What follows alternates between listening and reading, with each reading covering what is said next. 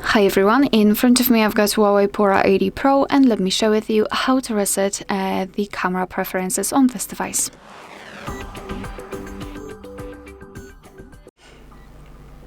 So let's start with opening the camera app, and currently we are on the video mode. You can switch to the photo one, but it doesn't really matter because we will open general settings just by tapping on this icon in the right upper corner. So let's tap on it, and here scroll all the way down to find Restore Defaults.